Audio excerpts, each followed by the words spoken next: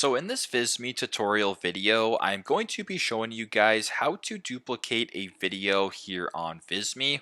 So once you're inside of Visme, what I want you to do first is obviously insert a video into your design. So if you go to the left-hand side of your screen and press on the media button right here, this will give you to this screen right here where it says videos, embed online content, or add audio.